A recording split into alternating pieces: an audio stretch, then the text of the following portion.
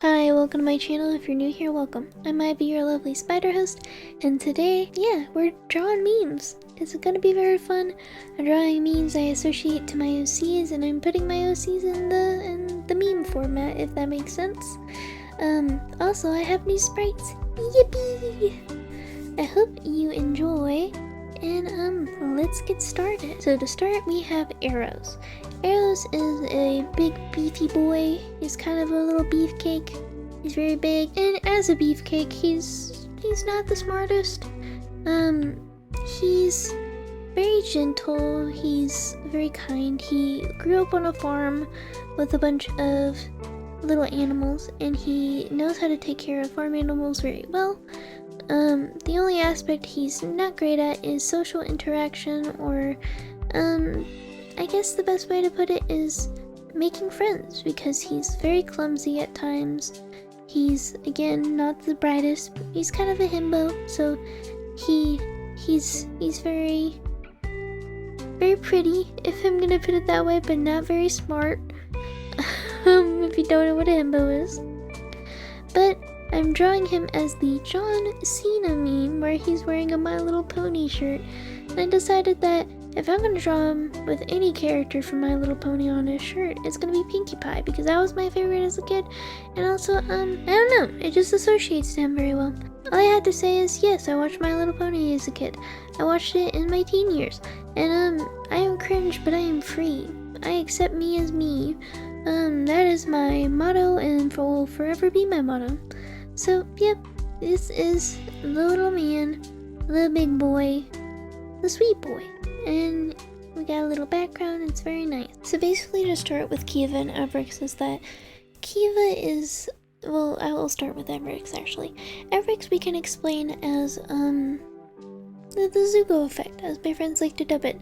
Basically, he's unfortunately emo, traumatized, has a scar from a traumatic event, and also might potentially get a redemption arc. We don't know yet. I don't know, I'm not gonna spoil that. But with Kiva, she's very much just really, I guess the best way to put it is traumatized, because she's a monster.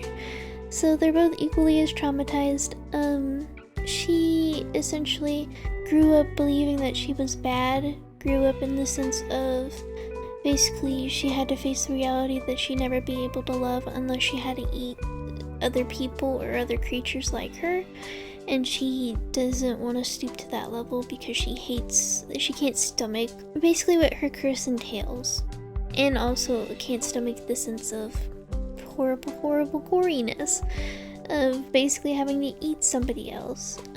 Especially in the way that the nymphs do it, because nymphs in my world, as I've said, are essentially monsters, and they're basically siren-esque, where they lead people off into like the woods by singing, by being pretty, and then they lead them into their inevitable doom by luring them to the plant life associated with the said nymph, and then controlling it to drain them of their life force, to put it in less descriptive terms, as I might say.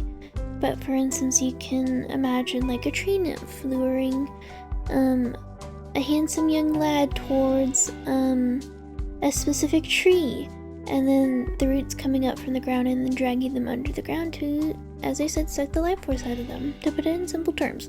But that's basically the general idea with the nymphs. And of course there are sirens, of course there are mermaids and all that fun stuff, but Kiva is a water flower nymph hybrid, if that makes sense, because she's a lotus flower and those are water specific flowers and stuff. But anyways, on to Crimson. Crimson is essentially a creature we call the Riven, and he's a bird boy.